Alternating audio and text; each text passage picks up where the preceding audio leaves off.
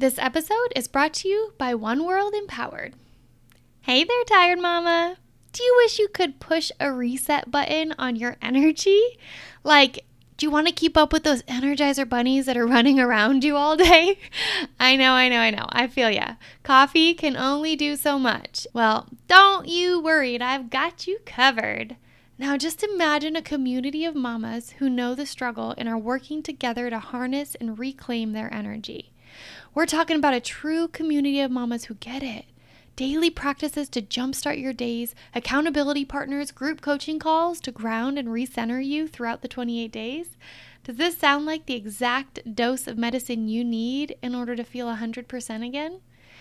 If so, this program is exactly what you need if you want to be more present with your kiddos, if you think a new routine will help you maximize your time and you enjoy having an accountability partner to help you with developing that new routine and those new habits, if you'd like to increase your patience and energy all while reducing your stress and anxiety, and if you think it would be amazing to have an understanding community of mamas who get it and are on the same path towards healing.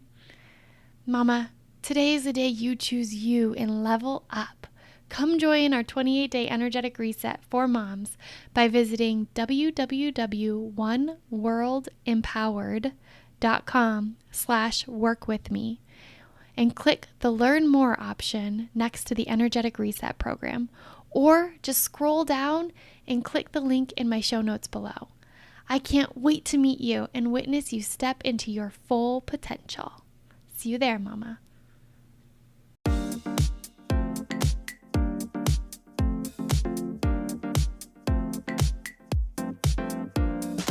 You're listening to the Empowered to Heal podcast. I'm your host, Dina T, and I'm so excited to take you on a journey through stories of everyday experts as we share the ways we've harnessed the power inside us to improve the quality of our lives and the health of our minds. We're so excited to have you here with us and hope you feel inspired and empowered to heal. Hello, you beautiful souls. I am so excited that you're joining us today. We have such a special guest today.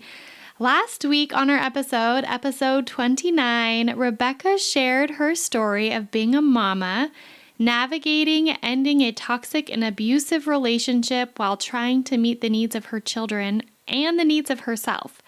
And today we have her daughter, Cerynia, joining us, sharing her perspective.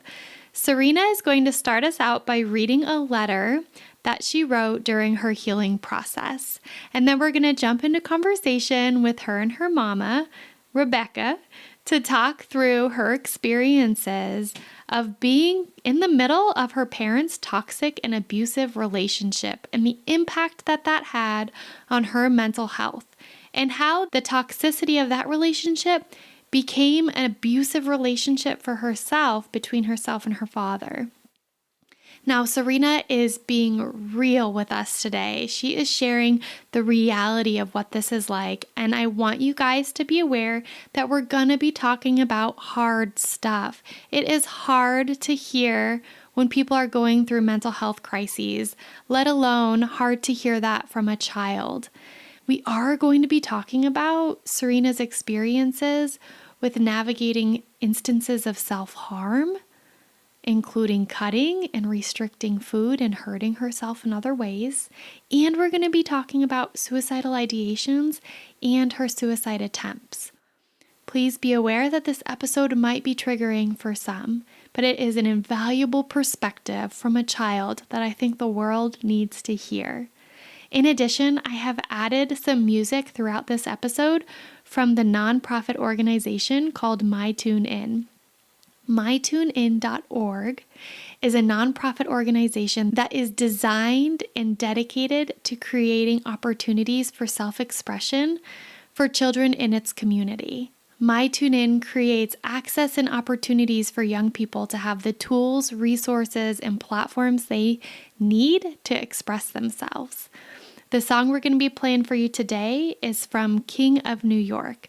I'll play bits and pieces of it throughout the episode, and then at the end, I will play the entire song so that you can hear it and honor the beauty of it. If you want to learn more about My Tune In or donate to this nonprofit organization, you can head on over to www.mytunein.org. I will provide the link in my show notes to this episode. Thank you guys so much. I hope you enjoy this episode and learn some invaluable information. And they say it's not on me, but I can't help myself. But to think I betrayed my body, to think I'm just a shell. Oh, right, I got you. Depression is different for everyone, but it is a real thing. It's not a choice, just a reaction to trauma. If you think about it, depression is like a bruise. When you get hit, it hurts really bad at first. The bruise forms and it hurts if you touch it, even on accident. It slowly heals and sometimes you do it all over again. Now, I'm going to tell you how I feel about my past before I got depressed. I miss who I used to be, how innocent I used to be, how I was happy to be alive, never had to worry about overthinking, never had to worry about people leaving or hurting me. I miss being able to do just whatever and not worry about what will be said. I miss living my life without being terrified of what will happen if I live even a little. When I didn't have to feel like a part of me is missing. I miss when I thought my life was perfect. I miss being oblivious of everything. When I didn't have to worry about being disowned. When I felt safe to be alone with my dad. I miss being able to look at myself and think that I'm perfect. I wish I never had the thoughts while looking at myself that I wasn't pretty enough, not skinny enough, not enough. I miss when death never crossed my mind. When I feel like I was important, smart, loved, and worthy. I miss thinking that my life couldn't get any better. I miss thinking that everything was going to stay the same. Everything would be the greatest. After I stopped feeling this, I felt pain. Imagine yourself feeling the way I used to, and then imagine what I'm about to tell you. You feel like it was all a part of your imagination. You feel like you just woke up from a dream. You're faced with what's really going on. You realize that your dad has been abusing you your whole life, making you feel useless, worthless, unimportant, stupid, a mistake, make you think everyone would be better off without you. Then everything starts to fade away. First your laugh, then your smile, then your happiness, all of your emotions besides hate towards yourself, anger and sadness, all gone. Then your appetite, then your weight, then your energy, and most of all, your wish to live. Can't even fake a smile. With feeling that way, you say bye to the world. You go through with it, and then you think of that one person you need to help get through this time, so you come up just in enough time. You were seconds from death, but had to stay for someone else because they mean more to you than you do yourself. You do this a few more times because you think you're done, but something else happens. You feel like there's no help for you. Then you get caught hurting yourself. They told you that you had to get help, and again, you only do it for that one person. You feel so violated when they had to check you. That one person you did this all for is crying and you can't even look at you. You can see the hurt in their face and it doesn't hurt you or even bother you. You hate yourself even more because you don't care that they are hurting. You don't care about anything anymore. You just want to go, be done. You're treated like a prisoner. You're told to take pills. You pretended to get better just to get out. Eventually, you do. You get better, not to who you used to be, but better. Everyone treats you differently, like you are fragile and can explode at any moment. It makes you feel worse. You try your best to get better. then you become stronger than you ever knew you could be. You go through a lot of pain and bad times that drag you down, then you get better and something else happens and you're back down until finally you shut it all out and start hating everyone. Then you start having hope and start crying again. You start seeing your abusive father and you have a panic attack and start to think, why aren't you enough? Not smart enough, pretty enough, thin enough, fun enough. And you start to believe everything is your fault all over again. You talk to the one person who makes you feel the most loved, wanted, and beautiful. He helps you through it and you get better. You give it another shot with your dad and he hurts you again. You get over it. You go and see the most important thing in your life when your dad isn't supposed to be there. And you get nervous, but it goes well until you have to say goodbye. He tells you that it's all your fault because of you, he's losing everything. You were hurting for a few weeks until you finally broke down. You felt better afterwards. Then you have to tell your dad what he did to make you feel. And you have to explain to him why his kids got taken away from him.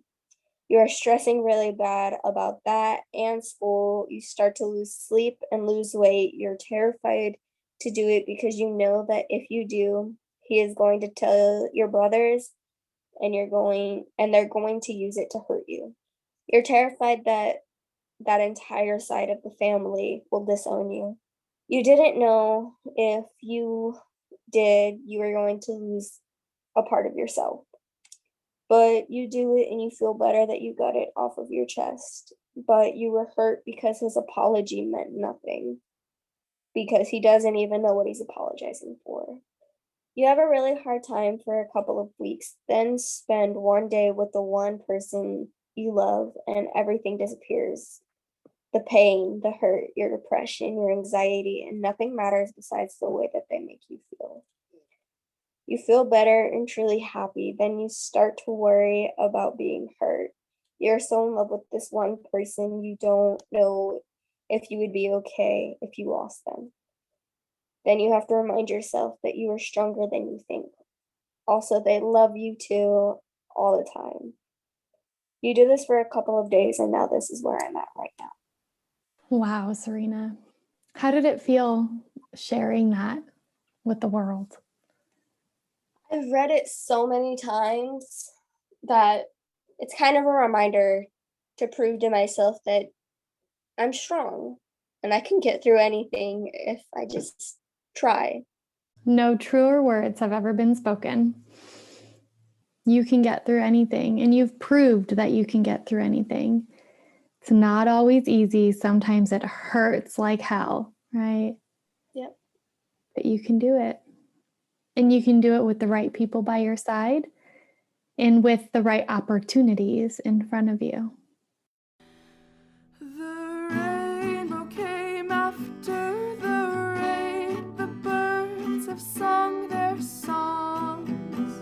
And I know it's not on me. I know I did nothing wrong. I'm doing better now that we are both where we belong.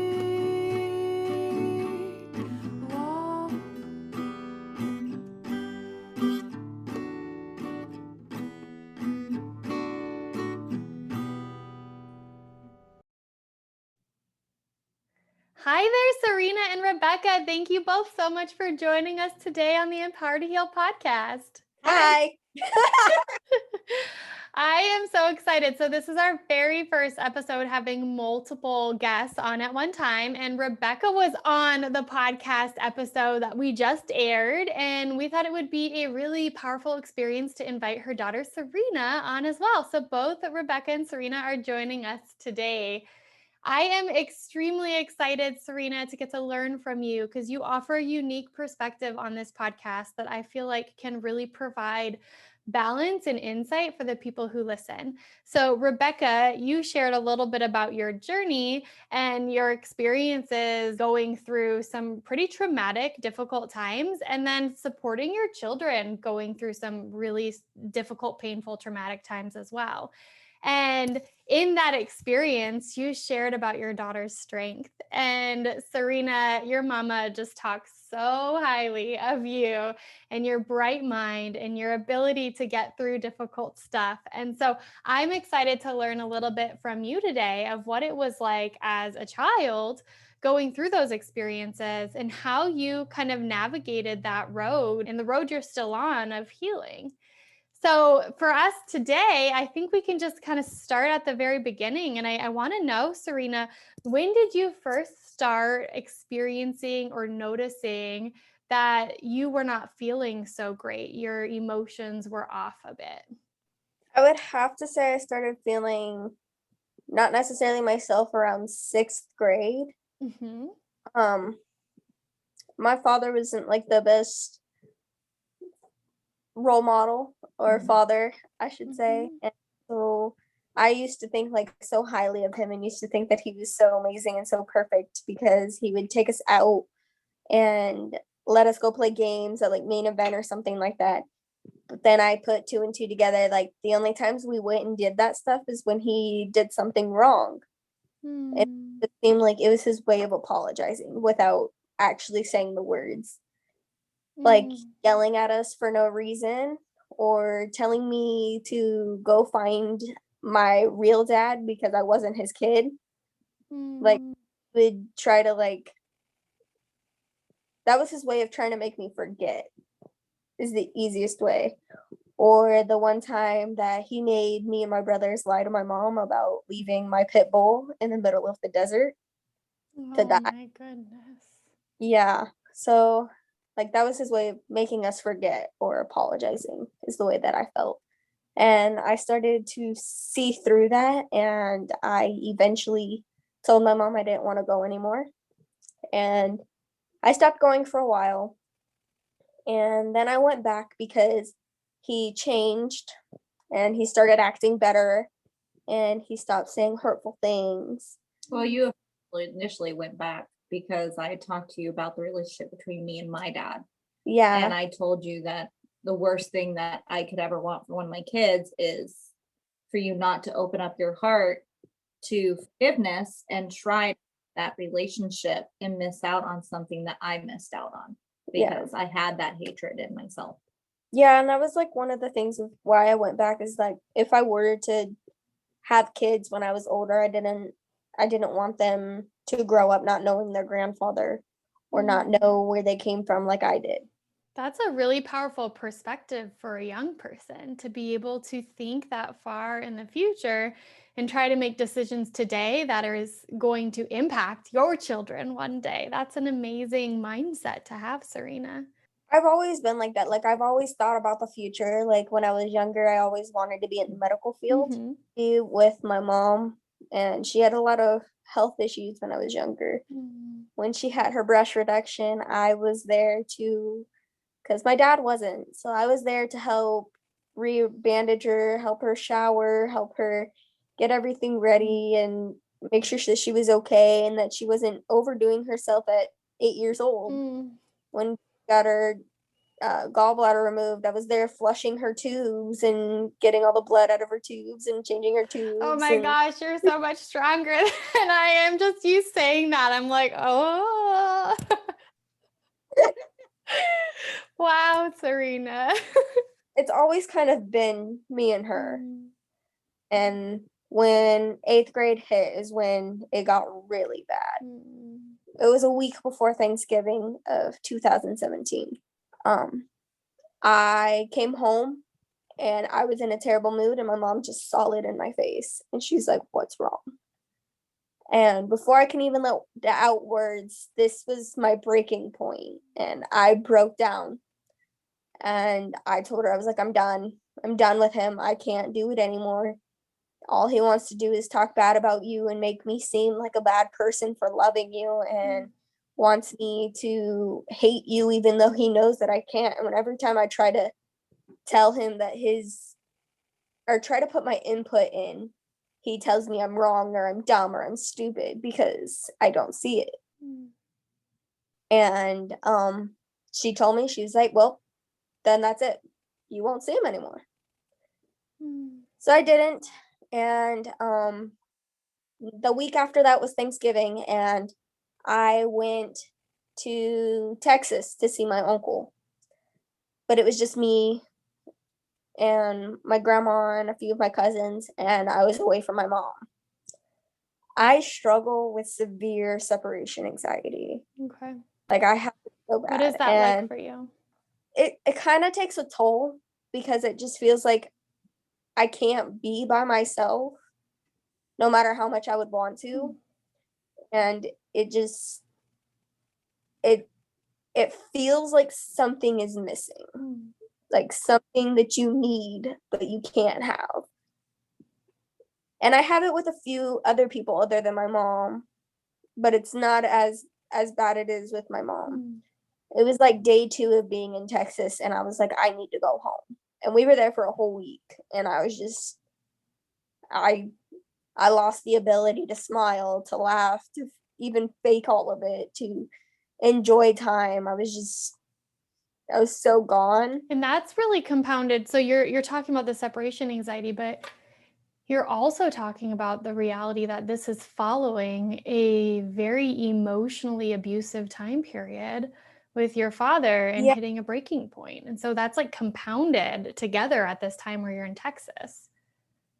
Yeah, well, I have a tendency of pushing everything down until I reach a breaking point. And when I reached that breaking point, everything disappeared. My feelings, everything. Like, I went completely numb. And when I came back from Texas, it was like 2 weeks until like Christmas, and like the week before. No, it was a month. All right, well, it was a month. And then I was gonna say 2 weeks before you left, but okay. But like 3 weeks. Yeah. A week before Christmas, my stepdad's mom passed. And my mom went with him to Iowa. So that was another few days without her. A week without her. And that's really when I lost everything.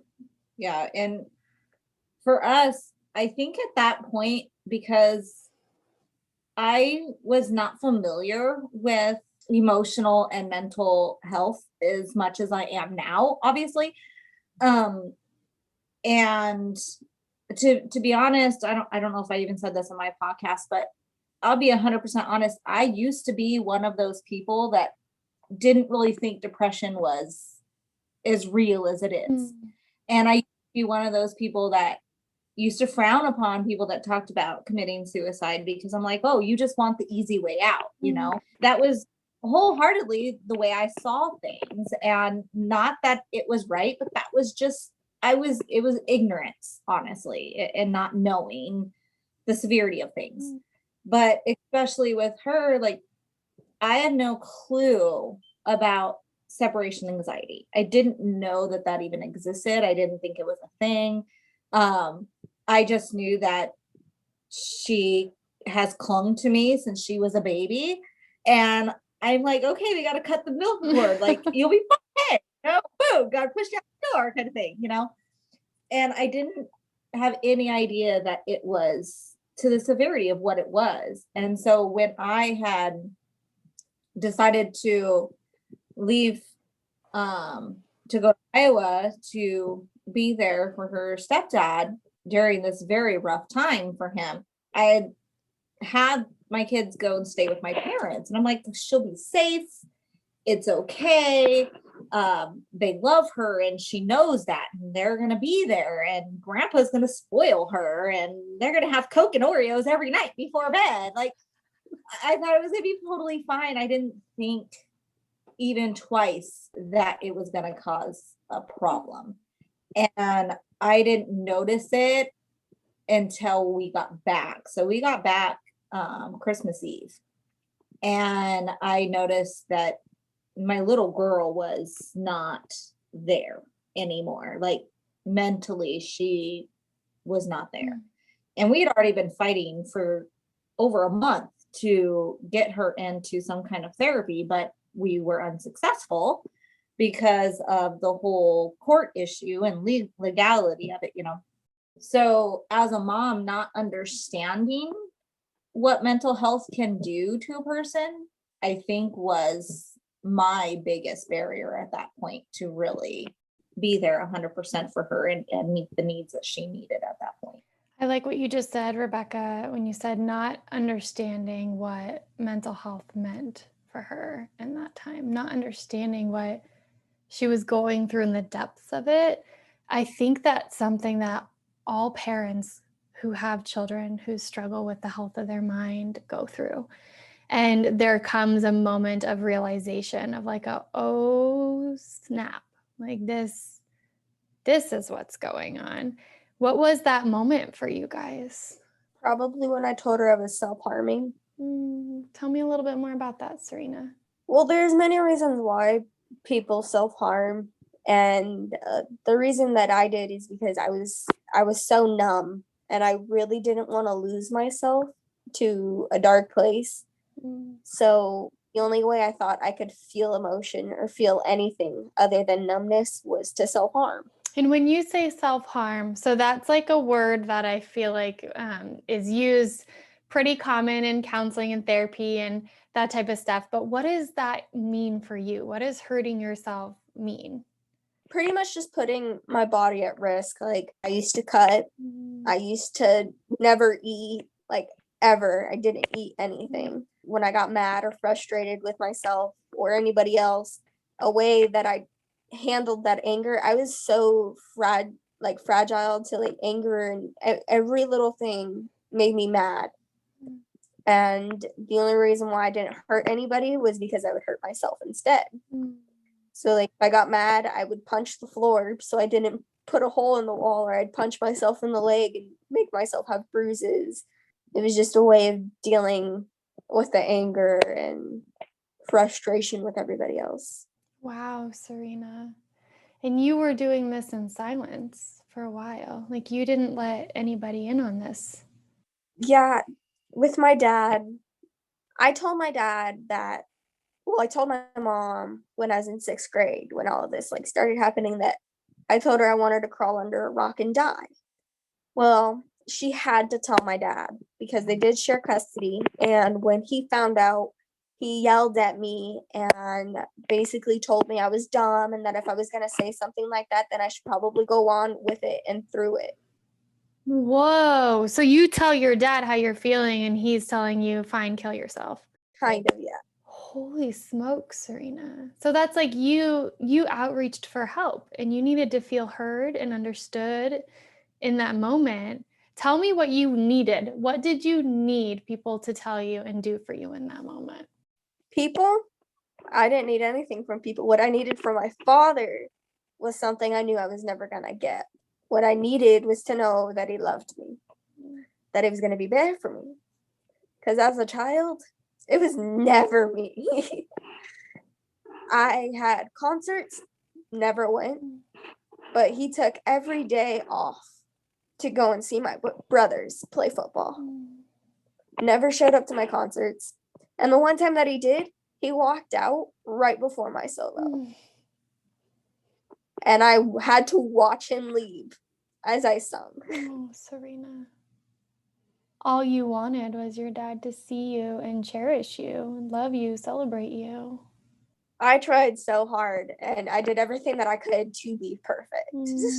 Straight A's. I did volleyball. I got honor roll. I made Child of the Month awards. I did extracurricular activities. I did everything that I could to make him notice me. And no matter what I did, it didn't matter. Wow, Cerynia, and you're describing something that I think is really important to talk about for a second here. But you're talking about the pressure that you put on yourself, the responsibility that you put on yourself as if you're responsible to make a parent love you. And that's not your pressure or your responsibility to hold. You are loved simply because you are here. You are in existence. Your soul, your body, your life exists, and you are loved for that.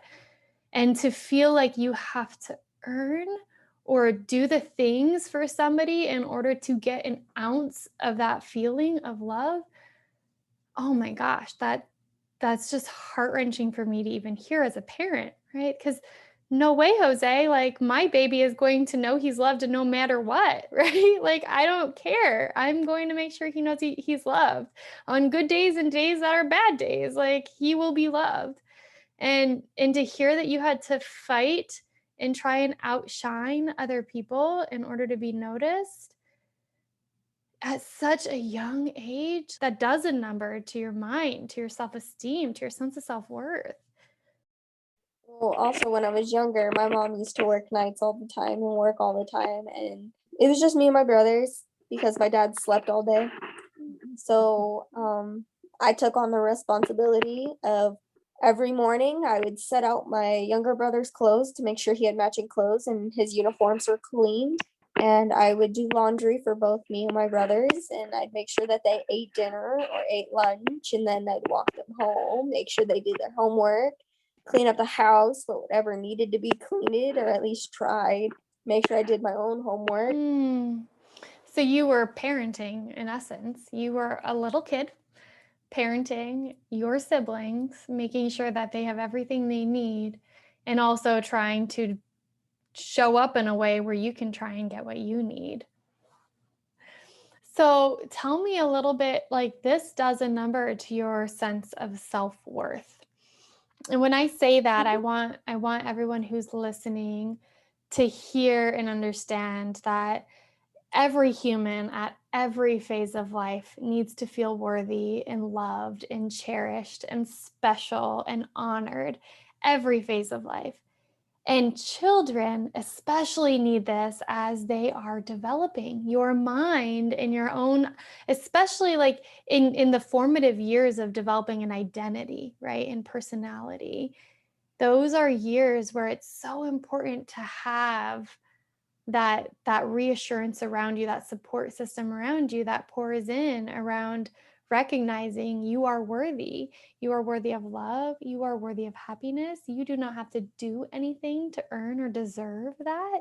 You just are, because you're Cerynia, because you're a life and a soul in this universe.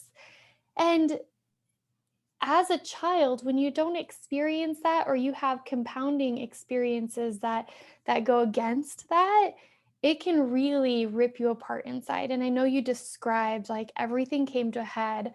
Your mom was in Iowa. You were like week number 2 of separation anxiety, 3 or 4 weeks out from pouring your heart out to your mom, at your wit's end with your dad and the emotional abuse that you were experiencing there. And tell me, what were you feeling at this point now, right before Christmas? What was going on inside you? Nothing. Complete. Complete emptiness. Mm. I just felt like I didn't have control anymore. Like it's just my conscious just living in an empty body is kind of what it felt like. I had no emotion, no sense of what was happening. It just felt like I was there. And was this something that you could witness, Rebecca? Oh yeah. What was it like for you? What did you witness? So on a typical Christmas, even prior to this, with my brother being the only boy out of us 8 kids, he has been the only solid uncle, like all of us girls have been married and divorced and then married and divorced. So, I mean, when it comes to uncles, my brother literally has been the one solid. And out of all of my nephews and nieces, 90% of them are all boys. So there literally at that time was 4 girls that he had for nieces. And every single one of them treasured their Uncle John. And they would just go bonkers when he would show up. When he leaves, I had to they had to sit down on the floor and hang on to his legs and told him, leave without. Yeah, we'd have to. He had missed some Christmases with us, and we didn't know at this year, we didn't even know if he was going to be able to show up or not. With everything going on, after I talked to him about how she was doing, he made sure that they could make it that year. And I held it because I wanted it to be a surprise. And I thought, if anybody can bring this girl out of this, it's her Uncle John. And not that she wasn't happy to see him, but it wasn't like normal where she almost tackles my 6'2" brother to the ground because she's so excited to see him. It was just like, hi, Uncle John, and give him a hug kind of thing. And there is one picture that was captured that year for Christmas. And I look at that picture and you can see in that picture just the sadness and emptiness in that Christmas. And a picture of me in the middle, and I was holding her stepdad on one side and I was holding her on the other side of me, and just the it's like the emotion just pops out of this picture, and you can see it's just grief and sadness and pain. And that's what the Christmas was. Like, that is one Christmas that I don't want to remember. Everybody was sad. She, I don't think, was smiling except in one photo, and that's because I forced all the kids to smile for one family photo. But you can tell it was a forced smile, you know? I know. Then you look at those photos where you force people to smile and you're like, it's not even a happy memory. Like, it's not. You know, it's just, we talked a lot about in our career that we shared together for a while, how, you know, you can feed and feel other people's emotion around you. And there was just, she had this bubble of sadness and grief and pure just emptiness around her, and everybody felt it. Everybody did. And Cerynia, it came to a head. At what point in time were you, I mean, I don't want to do a spoiler alert or anything, but spoiler alert, you wanted to die. Like, you told your mom at some point in time that you wanted to die. Tell us how you got to that point and what that was like to find the courage to speak those words to your mom, and what happened after that. Well, it was January, and I went to go and see my godmother, my mom's best friend. I went to go and see her, and she's like, baby, what's wrong? And at that point, I couldn't do it anymore. And I was like, I don't want to be here. She said, well, I can take you home. And I was like, no, I don't want to be here. I don't want to be on this earth. I don't want to live. And she's like, why do you say that? And I was like, I'm just so done with life. Everything that's ever happened to me has only been bad. Like, no one wants me here. Like, that's the way it felt. And then I told her that I was self-harming, and she told me that she'll give me a week. I had a week to tell my mom, or she would tell her. So it was kind of like I was pushed to tell her, but in my own time, in a way. So I told her that I didn't want to be here on the earth. And so she called the emergency. Well, you didn't tell me. You couldn't. You had to write it. Oh, yeah, I couldn't tell her. Like, I couldn't say the words. I had to text. I pretty much texted her because I couldn't get it out.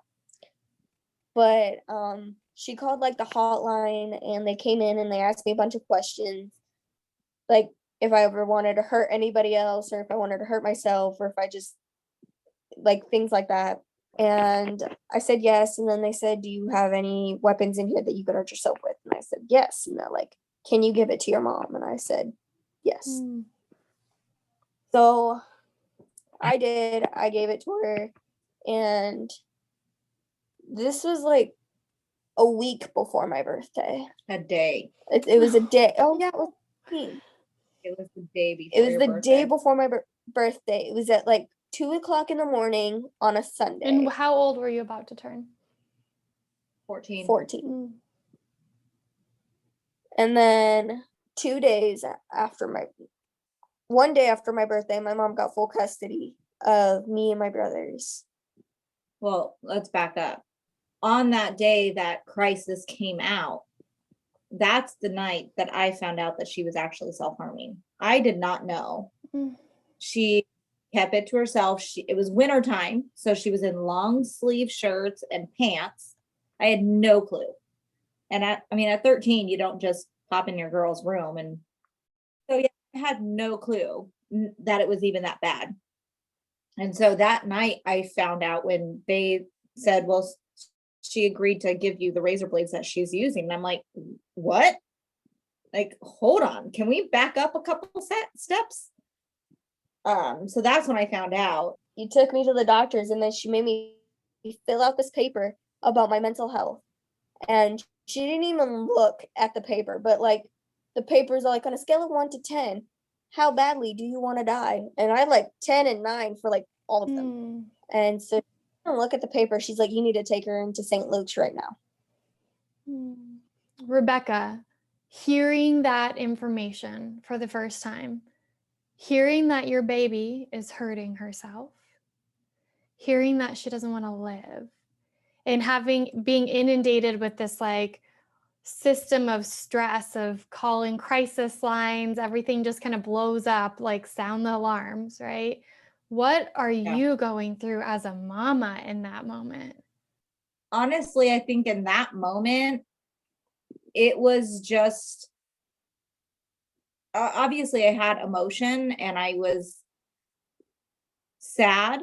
I was pissed off at my ex-husband, worried all at the same time, but it was just like, okay, what's the next step? Like I kept my focus on what's the next step. So you were in like get it done mode, right? Like parents kind of go in this hyperdrive of like, I have to keep my baby safe. I'm gonna like get it done. Yeah. And to be honest, that day, that night isn't when it hit me. On the severity of where she was at. It's the 24th. It was the day that we went into the hospital. They were already waiting for us, and they got her into a room and they told me that they had to do a body check, and I had no idea what a body check was. First time, hello, I'm new to this, and so they had asked me if I wanted to stay in the room or if I wanted to leave, and I was like, I'm not leaving my daughter. And so when they had her undress and I looked at my daughter and I saw new and old cuts from shoulder to elbow down both arms, from her hip to her knee down both legs, and then from right underneath her breast to her pelvic bones, just covered, hundreds. That's when it hit me. And I remember I sat down and I lost it. And I didn't typically cry in front of my kids very often, but I was doing the snotty nose, ugly cry by that point. And I couldn't control it anymore. Like I couldn't be that strong per se mom at that moment. And that's when you knew I was gone. Yeah, Cerynia got her gown on and sat in the bed, and the doctor had asked, how does that make you feel seeing your mom so upset? And she kind of just shrugged her shoulders and said, what can I do about it? And that's when I knew. I was like, that's my baby girl is gone. Like that's not, before, if she even thought I was upset, sad, or anything, she would. I start crying before she does. Yeah. And she could never, like, she'd sit on my lap, or she would be goofy. She would walk in acting like a dinosaur just to make me laugh. Like, that was my daughter. Like, she would do anything and everything to make sure mom was okay. So to see her just kind of shrug it off, like, not my problem, what can I do? That is when it hit me. And I guess I hit that lost spot. Like, I didn't know what to do. I didn't know how to fix it. I didn't even know how to respond. I didn't know how to manage my own feelings. And I kind of just, I lost myself. Mm. As I'm hearing you guys talk about this, my brain's going to this place of other parents who might listen to this and be able to relate. And something that I always remind myself of are things called protective factors. And Serena, you have a mama who would do anything in the universe to make sure you know that you're loved. Anything in the universe. And you have a dad who you felt like you had to try to be amazing enough to get attention from, not even love, just attention from. And it's hard, I think, digesting what you guys are saying and the experiences that you have, knowing that you have the protective factor of your mama. Yeah, well, to continue on with what you were saying, like, I wanted to die because of the way that my dad made me feel. Mhm. Like, just those feelings. And the only reason why I stayed alive, I tried to commit suicide on multiple occasions.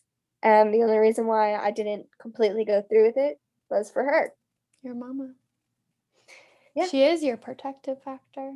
It was a matter of fact of like, I can't let her do this on her own. I have to be there for her.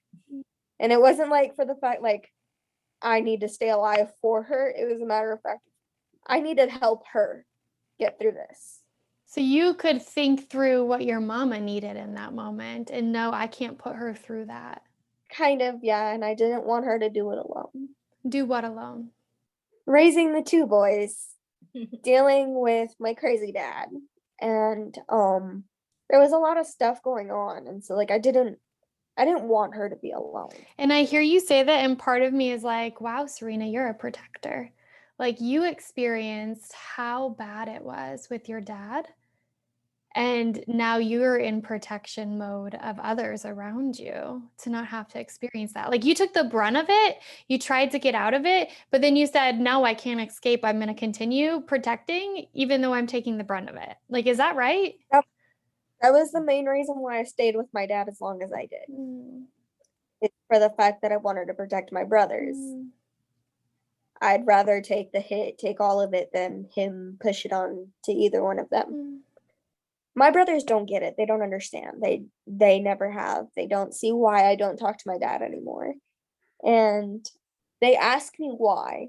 And I tell them, I was like, I'll tell you maybe when we're older, but I'm not going to tell you now and have you think differently of dad. Mm. I don't want what my experience has been with him to change the way that you see him. Because they idolize him. Serena, first of all, you are wise beyond your years. Second of all, you truly are still carrying the weight on your shoulders of protecting other people while you're in the darkest of dark moments. How do you even do that? And I want to break it down to the how, because I believe in functionality. I believe in suicide awareness, suicide prevention, and people having an understanding of the exact ways that they can find the strength inside themselves, the hope inside themselves, the ability to keep going. And so do the best that you can, but break it down for us. How do you do this? I guess it's just a matter of fact that I always grew up thinking I was less than everyone. So it was just a matter of fact of putting everyone above me and always thinking about what they needed and what I could do to give them what they needed. And at that point, for my mom, it was keeping me alive. For my brothers, it was keeping my secret. So you were pouring from an empty cup. Yeah. So at what point in your life did your cup start getting filled again so that you weren't completely depleted? Probably when I met my boyfriend. Tell me more about that. I think that's real. And for all the parents out there hearing this that may like giggle or think that's silly, like the reality is at this age, teenage life, like social engagements, interactions, peers, relationships, they are everything. And so, Cerynia, tell me a little bit more about what that means. Well, I went into the hospital on January 24th. I got out January 31st, which was a terrible day to get out. Yeah. That's my dad's birthday. But yeah, and my mom, it was a Wednesday. So my mom wanted me to take the rest of the week off of school and not go to school and worry about it. So I didn't. And I've had a crush on my boyfriend since like the beginning of the school year. So like the beginning of 8th grade in August. And February came along and there was a school dance and I asked her if I can go to it. She let me go. Me and him ended up talking and we ended up talking for a little while longer. And then I told my mom, I was like, I really like him. Can I date? My mom's had it bedded in her head that I couldn't date till I turned 16. So she told me no. And so, But well, no. The reason why I told you no, though, wasn't because you were not 16 yet. it's because you didn't know I was mentally healthy for it yet. Exactly. I felt that at that moment you needed to work on yourself before trying to please somebody else. Wow.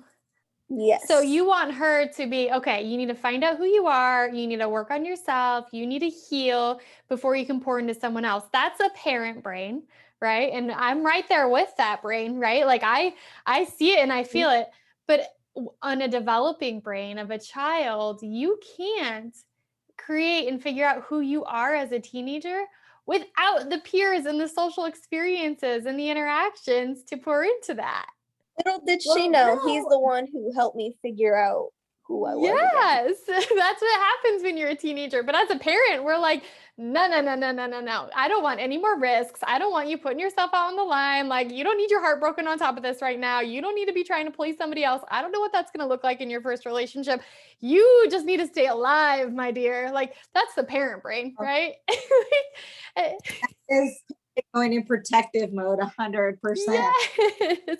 And we talk about this a lot. And I'm going to say it like Rebecca, we talk a lot about like protect versus promote, right? Like, what do we do to protect ourselves, protect our children, protect our family, protect the health of our brains versus what we need to do to promote the health of our brains and promote healing, right? And those two things, we need both, y'all. We need both. It can't be one extreme without the other. But I love that you guys are bringing up the dichotomy of this. And I love, Cerynia, that you said he's the one that helped you figure out who you are right now. He even told me himself, he's like, you can't love somebody else if you don't know how to love yourself. Mm-hmm. So he helped me find out who I was again. When we were in school, before we started dating, like the way that he got me to smile and got me to like laugh was to play tag. And he knew that. Because he knew I hated running, but he knew that I liked when he messed with me. So he started playing tag with me again. And started to make me smile and laugh. And then in the middle of math class, instead of doing math, he'd give me a piece of paper to draw, which was another one of my coping skills. Mm-hmm. So he just helped me find my roots of where I found happiness. My roots of where I find happiness. So now that you've found those roots, tell us what they are. I love to sing and dance. I love to draw and paint. And most of all, I like to be creative and create things that put a smile on other people's faces. So for my mom's biological father's 10-year anniversary of his death, she took it really hard. So I went out and I bought a canvas and I drew and painted a picture of him. And they didn't really have any pictures together of her when like recent pictures of her. So I just combined an old picture that I had of him. Plus I added her in it of them standing side by side, and I painted it. And like I wrote something on it. It was like, no matter how far you go, no matter where you are, know that I love you unconditionally, whether if I'm here or not. Cerynia, those are the words that you needed to hear from your dad. Yeah. And you're painting those words for your mom to hear from her dad. Yeah. Wow. It's words that you will probably never hear from your biological dad. No. To kind of bring that through, like I've always tried to help the kids like find their little niche of what brings them joy and happiness. But since they can remember, I also kind of push them into something that brought me joy and happiness. Can I guess? Is this the skating? I love it. And that has been something that even for her, like it was a coping tool. Mm-hmm. And then when the rink collapsed, we cried together. Espresso. To know that even one of her coping skills is drawing, and she's so good at it, it brings joy to my heart, because my mom is an artist, and it must have skipped a generation because I can't draw for the life of me.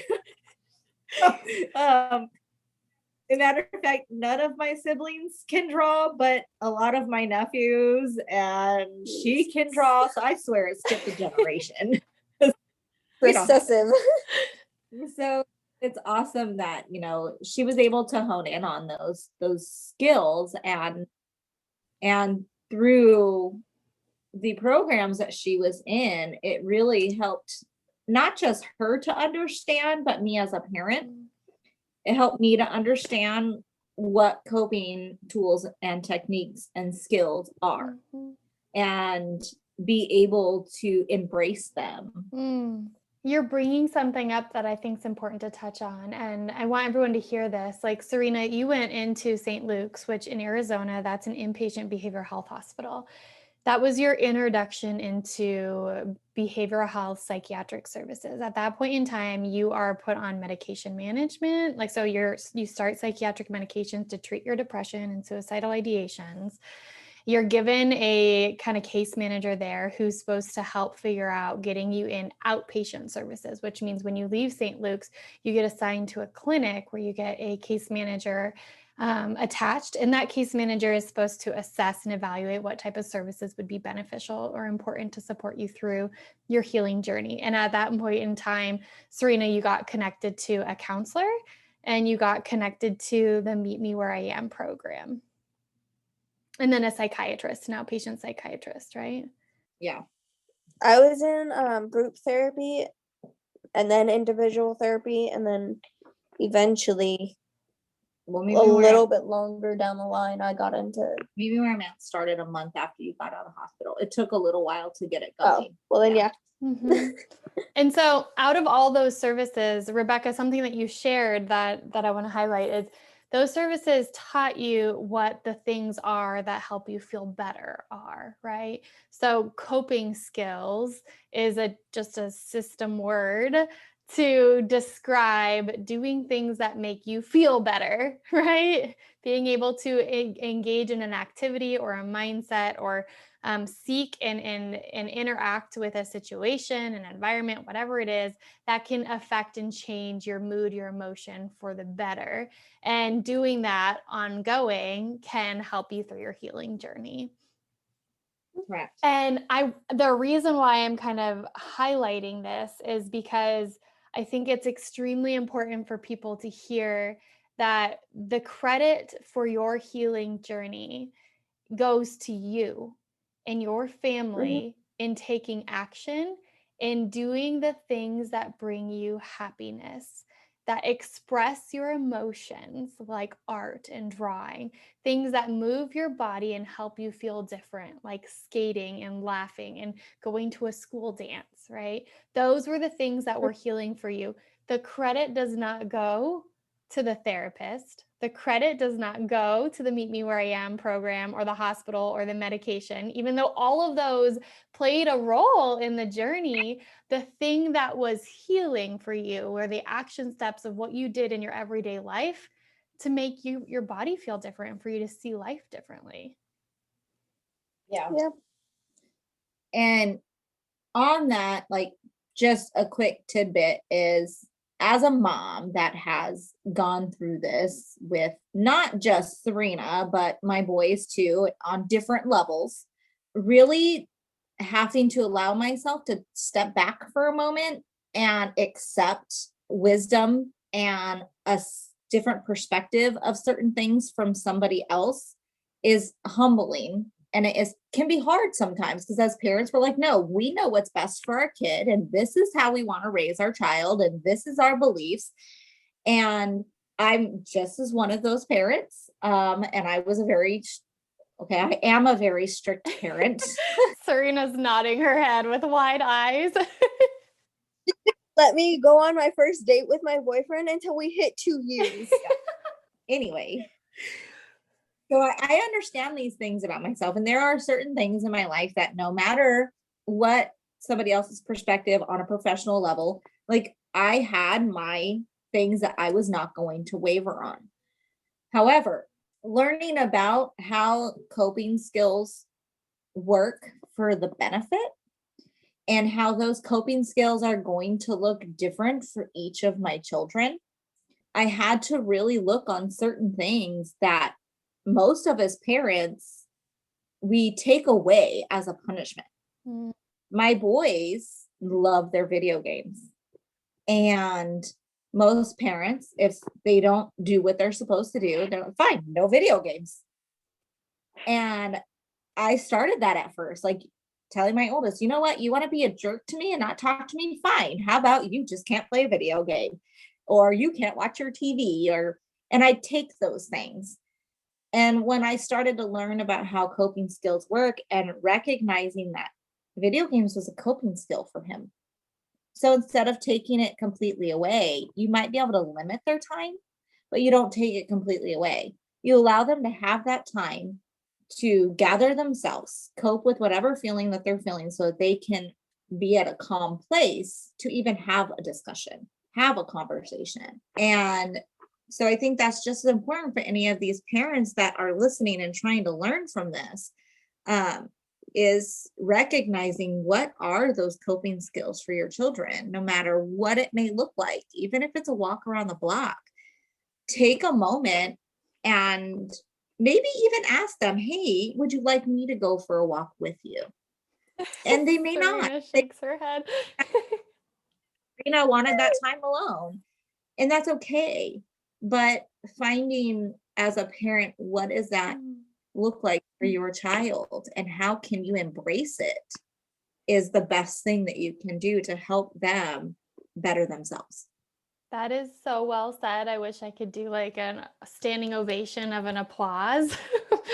You said that so well. And I think it's so important to like talk through, because we learn typical parenting techniques as we raise our children who aren't displaying these struggles. And oftentimes, taking things away, that's a motivational kind of technique for parenting. Oftentimes that works.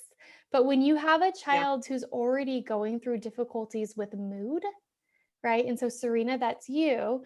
And I'm saying, I'm kind of just drilling it down to mood, even though your mood was impacted by something that was traumatic, which is a traumatic relationship with your father, a very disconnected relationship with him.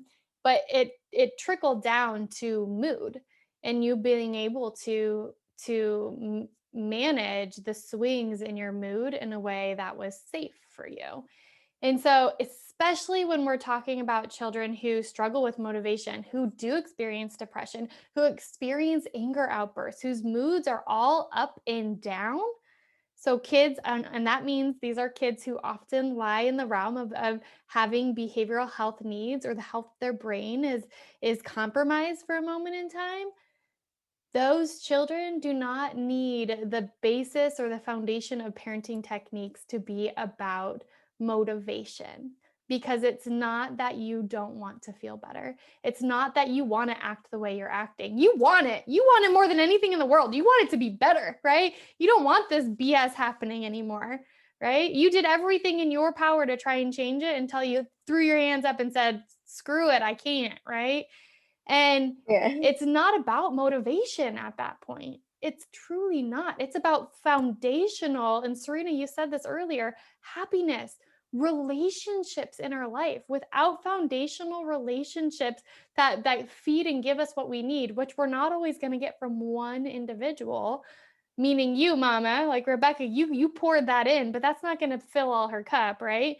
Not just that, but relationships across the board, and doing things that bring you a happiness and joy and new experiences and get your body feeling things that it hasn't felt before, which is why you cut, right? You needed to feel something again. So you cut. When I was in services for CFSS for like Meet Me Where I'm At, one of the things that was my coping skill was writing.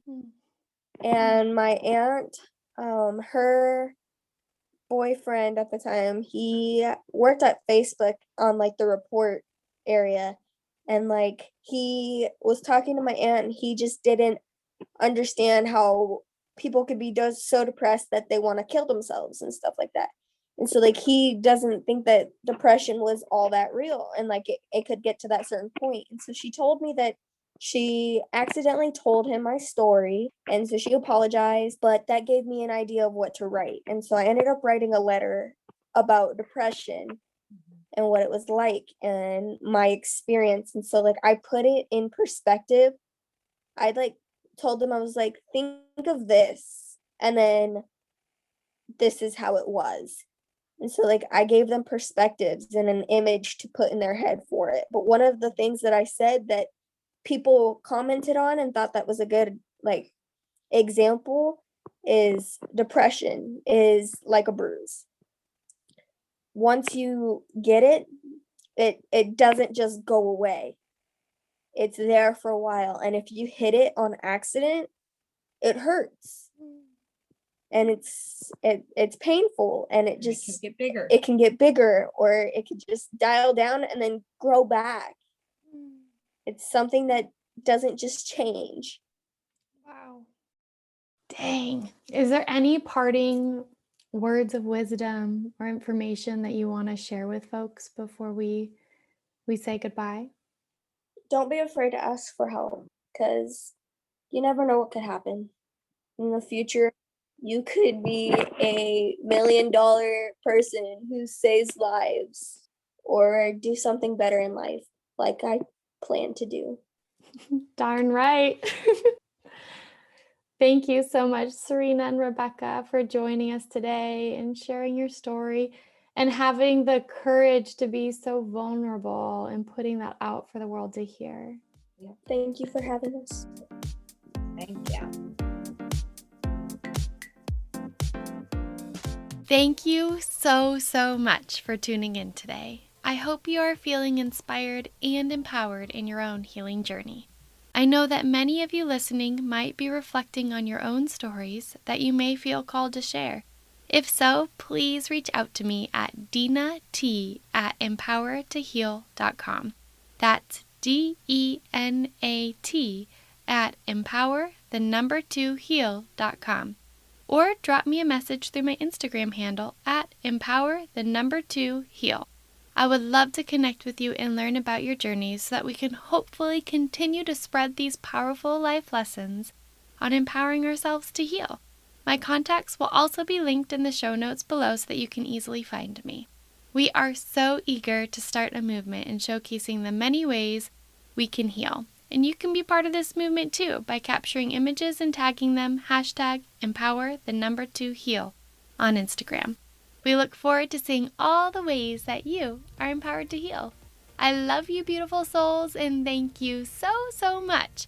Please be sure to subscribe, like, and review.